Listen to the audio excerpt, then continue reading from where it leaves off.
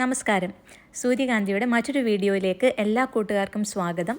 ഇന്ന് നമ്മൾ അസ്പരാഗസ് വെച്ചിട്ട് കളർഫുൾ ആയിട്ടുള്ള ഒരു വെജിറ്റബിൾ സ്റ്റിർ ഫ്രൈ ആണ് ഉണ്ടാക്കുന്നത്. ഇപ്പോൾ അസ്പരാഗസിൻ്റെ സീസണാണ്. ഈ അസ്പരാഗസിനെ കുറിച്ച് നമ്മൾ വിശദമായിട്ട് പണ്ടൊരു വീഡിയോ ചെയ്തിട്ടുണ്ട്. അത് നോക്കിയാൽ അറിയാം. നമ്മുടെ ശതാവരിയുടെ ഇനത്തിൽപ്പെട്ട ഒരു സസ്യമാണ് അത്. ഇവിടെ ഇപ്പോൾ ഈ സ്പ്രിംഗ് കാലത്ത് അതിൻ്റെ മുകുളങ്ങൾ ധാരാളമായിട്ട് വരുന്ന ഒരു സമയമാണ്. അപ്പോൾ നമ്മൾ കടയിൽ പോയാൽ ഒരു സീസണൽ വെജിറ്റബിളായിട്ട് അസ്പരാഗസിൻ്റെ മുകുളങ്ങൾ കിട്ടും.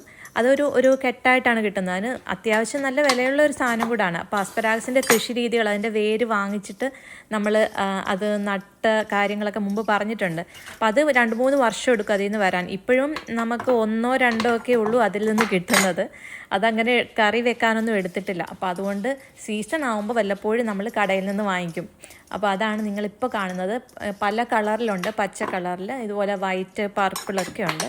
അപ്പോൾ ഇത് ഞങ്ങൾ കുറച്ച് വാങ്ങിച്ചു. ഇത് നമ്മളൊരു മെഴുക്കുവരട്ടി പോലെയൊക്കെ വെക്കാൻ നല്ല ഒരു ഐറ്റമാണ്. അപ്പോൾ ഇതിൻ്റെ കൂടെ കുറച്ചുകൂടെ കളർഫുള്ളായിട്ട് ക്യാപ്സിക്കം, അതുപോലെ ഞാൻ സുഖിനി യൂസ് ചെയ്യാറുണ്ട്. ഇപ്പോൾ സുഖിനിയുടെ ക്യാപ്സിക്കത്തിൻ്റെ ഒന്നും സീസൺ അല്ല കേട്ടോ. ഇതിൽ അസ്പരാഗസ് മാത്രമേ ഉള്ളൂ ഫ്രാൻസിൽ ഇപ്പോൾ സീസണായിട്ടുള്ളത്. മറ്റത് രണ്ടും സ്പെയിനിൽ നിന്നോ അല്ലെങ്കിൽ കുറച്ചും കൂടെ ചൂടുള്ള സ്ഥലത്തു നിന്നോ വരുന്ന പച്ചക്കറികളാണ്. അതുപോലെ കുറച്ച് ഉള്ളി ഇട്ടിട്ടുണ്ട്, സവാള ഇട്ടിട്ടുണ്ട്. അപ്പോൾ ഇങ്ങനെ പല നിറങ്ങളിലുള്ള പച്ചക്കറികൾ നമ്മൾ ഒരുമിച്ച് ഒരു ചെറിയ മെഴുക്കുവരട്ടി പോലെയൊക്കെ ആക്കി കഴിക്കുകയാണെന്നുണ്ടെങ്കിൽ അത് നമുക്ക് വളരെ നല്ലതാണെന്നാണ് പറയുന്നത്. കളേഴ്സൊക്കെ ഇങ്ങനെ മിക്സായി കാണുമ്പോൾ കുട്ടികൾക്കും അത് കഴിക്കാൻ തോന്നും. അപ്പോൾ എന്തായാലും അസ്പരാഗസ് കട്ട് ചെയ്യുമ്പോൾ അത് കാണിക്കും, ഞാൻ വിശദമായിട്ട് അത് കാണിക്കുന്നത് അതുകൊണ്ടാണ്. അതിൻ്റെ എഡ്ജിലുള്ള ചെറിയൊരു തൊലിയുണ്ട്. ഇപ്പം ഞാനവിടെ ചീകി കളയുന്ന പോലത്തെ ഒരു ഔട്ടർ സ്കിന്നുണ്ട്. അത് അങ്ങ് മാറ്റുന്നത് നല്ലതാണ്. അത് പീൽ ചെയ്ത് കളഞ്ഞാൽ കുറച്ചുകൂടെ അതിൻ്റെ ഒരു കയ്പ്പ് കുറഞ്ഞു കിട്ടും. ചെറിയൊരു കയ്പ്പുള്ള ഒരു പച്ചക്കറിയാണ് കേട്ടോ, പക്ഷേ അത് കുറഞ്ഞു കിട്ടും. പക്ഷെ നല്ല രുചിയാണത് കുക്ക് ചെയ്ത് കഴിയുമ്പോൾ. അപ്പോൾ അത് അരിഞ്ഞെടുക്കുക. അതിനുശേഷം ഞാനിപ്പോൾ ഇതും സുഖിനിയും കൂടെ ഏകദേശം ഒരേപോലെ ഒന്ന് അടച്ച് വെച്ച് വേവിക്കാൻ വെക്കും. ഒലിവ് ഓയിലാണ് യൂസ് ചെയ്യുന്നത്. ഏതെണ്ണ വേണമെങ്കിലും എടുക്കാം. അപ്പോൾ ഒലിവ് ഓയിൽ ഇതൊന്ന് ജസ്റ്റ് അടച്ചു വെച്ച് വേവിക്കുന്ന സമയത്തിന് ബാക്കിയുള്ള പച്ചക്കറികൾ അരിഞ്ഞെടുക്കും. അതായത് ക്യാപ്സിക്കവും ഉള്ളിയും. ക്യാപ്സിക്കത്തിനും ഉള്ളിക്കും ഒന്നും ഒരുപാട് വേവേണ്ട ആവശ്യമില്ലല്ലോ. അപ്പോൾ ഒന്ന് വഴണ്ടാൽ മതി. ക്യാപ്സിക്കം കുറച്ച് ക്രിസ്പി ആയിട്ടിരിക്കുന്നതും അതിൻ്റെ ഒരു രുചിയാണ്. അപ്പോൾ അതുകൊണ്ടാണ് ആദ്യത്തെ സെറ്റ് അരിഞ്ഞ് അടുപ്പിൽ വെച്ചിട്ടാണ് അടുത്ത സെറ്റ് അരിയുന്നത്. ഇത് ഒരു എളുപ്പ പണിക്ക് ചെയ്യുന്ന ഒരു മെഴുക്ക് വരട്ടിയാണ്. നമ്മൾ ഉച്ചയ്ക്കൊക്കെ ചോറ് ഉണ്ണാൻ ആയിട്ട് വരുന്ന സമയത്ത് തന്നെ നമുക്ക് ഇതുപോലത്തെ പച്ചക്കറികളൊക്കെ ഉണ്ടെങ്കിൽ പെട്ടെന്ന് ഇങ്ങനെ അധികം നമ്മൾ എണ്ണയിൽ വറക്കുന്ന പോലെയോ അങ്ങ് ഒരുപാട് വഴറ്റുന്ന പോലെയോ ഒന്നും ഞാൻ ചെയ്യാറില്ല. വെറുതെ ഒന്ന് വഴറ്റി ഇച്ചിരി ഒലിവ് ഓയിലിൽ, അതുപോലെ ഉപ്പും മുളക് പൊടിയും മഞ്ഞപ്പൊടിയും ഒക്കെ ഇടാറുണ്ട്. വേണമെങ്കിൽ കുറച്ച് കുരുമുളക് പൊടി, അത്രയേ ഉള്ളൂ. ഇത് നന്നായിട്ടൊന്ന് വഴണ്ട് എടുക്കുക. ആദ്യത്തെ സെറ്റ് വേവിക്കാൻ വെച്ചു. അതിനുശേഷം അടുത്ത സെറ്റും കൂടെ ഇട്ട് കഴിയുമ്പോഴത്തേക്കും ഇത് അരിയുന്ന സമയത്ത് തന്നെ ആദ്യം ഇട്ടത് വെന്ത് വരും. അപ്പോൾ നമുക്ക് ഒരുപാട് സമയമൊന്നും ഇതിന് വേണ്ടി വരത്തില്ല. അങ്ങനെ ഒരു എളുപ്പത്തിൽ ചെയ്യുന്ന ഒരു വിഭവമാണിത്. പിന്നെ കഴിഞ്ഞ വീഡിയോയിൽ കാണിച്ചിരുന്ന ശതാവരിയുടെയൊക്കെ ഇപ്പോഴത്തെ അവസ്ഥ ഞാൻ ഇതിൻ്റെ അവസാനം കാണിക്കാം കേട്ടോ. അതിൽ ഇടയ്ക്കിടയ്ക്ക് ചെറിയ മുകുളങ്ങളൊക്കെ വരും. എന്നാലും ഞാൻ പറഞ്ഞില്ല, ഞാൻ കറിക്കൊന്നും അത് എടുക്കാറായിട്ടില്ല. അതിനി അങ്ങനെ വരുമോയെന്ന് അറിയത്തില്ല. ഇതിന് നല്ല ലൂസായിട്ടുള്ള സോയിൽ വേണം, മണ്ണിൽ നല്ല നീർവാർച്ചയുള്ള മണ്ണ് വേണം. അങ്ങനെയാണ് ഇതിൻ്റെ കൃഷി. പുഴയോരത്തൊക്കെയുള്ള സ്ഥലങ്ങളിലാണെന്ന് തോന്നുന്നത് കൂടുതൽ ഉണ്ടാവുന്നത്. എന്തായാലും നമ്മുടെ നാട്ടിൽ ഇത് നന്നായിട്ടൊക്കെ ഉണ്ടാവാൻ സാധ്യതയുണ്ട്. കാരണം ശതാവരി നമുക്ക് ധാരാളമായിട്ട് ഉള്ള ഒരു സംഭവമല്ലേ. അപ്പോൾ അതിൻ്റെ ഒരു ഇനം തന്നെയാണിത്. അപ്പോൾ ഇത് ഒരുപാട് നല്ലതാണ്. ഇത് വളർന്നു വരികയാണെന്നുണ്ടെങ്കിൽ നമുക്ക് എപ്പോഴും ഇത് നടേണ്ട ആവശ്യമില്ല. ഒരു പ്രാവശ്യം പിടിച്ചു കഴിഞ്ഞാൽ അതിൻ്റെ മുകുളങ്ങൾ എല്ലാ കൊല്ലവും ആ സീസണിൽ വന്നുകൊണ്ടിരിക്കും. സീസണിലാണ്, അതുകൊണ്ട് എപ്പോഴും ഉള്ള ഒരു പച്ചക്കറിയും അല്ല. പക്ഷേ ഇത് നാട്ടിലൊക്കെ ഇതിൻ്റെ ഈ ഇനം കിട്ടുന്നുണ്ടെങ്കിൽ അത് ചെയ്ത് നോക്കാൻ പറ്റുന്നതാണ്. അപ്പോൾ 2 ആൾക്കാരെ നമ്മൾ അടുപ്പത്ത് കയറ്റി കഴിഞ്ഞു. അപ്പോൾ അടുത്ത ആളിനെ നമ്മളെടുത്ത് ശരിയാക്കുകയാണ്. ക്യാപ്സിക്കം നമുക്ക് പല കളറിൽ കിട്ടും ഇവിടെ, പക്ഷേ ഇപ്പോഴത്തെ സീസണൽ വെജിറ്റബിൾ അല്ല. പക്ഷെ നാട്ടിലാണെങ്കിൽ ഇത് എപ്പോഴും സീസണലാണ് ഇതൊക്കെ ചെയ്യാൻ വേണ്ടി. ഇവിടെ സ്പെയിനിൽ നിന്നും മറ്റു സ്ഥലങ്ങളിൽ നിന്നും ഒക്കെ വരുന്ന പച്ചക്കറിയാണിത്. അപ്പോൾ ഇതൊക്കെ ഓർഗാനിക് ആയിട്ടൊക്കെ ഉണ്ടാക്കാൻ പറ്റുകയാണെങ്കിൽ ഇത് നല്ലതാണ്.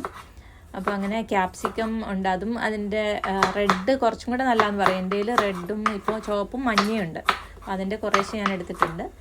ഇതിനൂടെ വേറെയും ഇപ്പോൾ അസ്പരാഗസ് ഇല്ലാത്ത സമയത്താണെങ്കിൽ ഇങ്ങനെ ഇത്തരം വെജിറ്റബിൾ സ്റ്റിർ ഫ്രൈ ഉണ്ടാക്കുകയാണെങ്കിൽ ഞാൻ വഴുതനങ്ങ യൂസ് ചെയ്യാറുണ്ട്. വഴുതന അതിവിടെ കിട്ടാറുണ്ട്.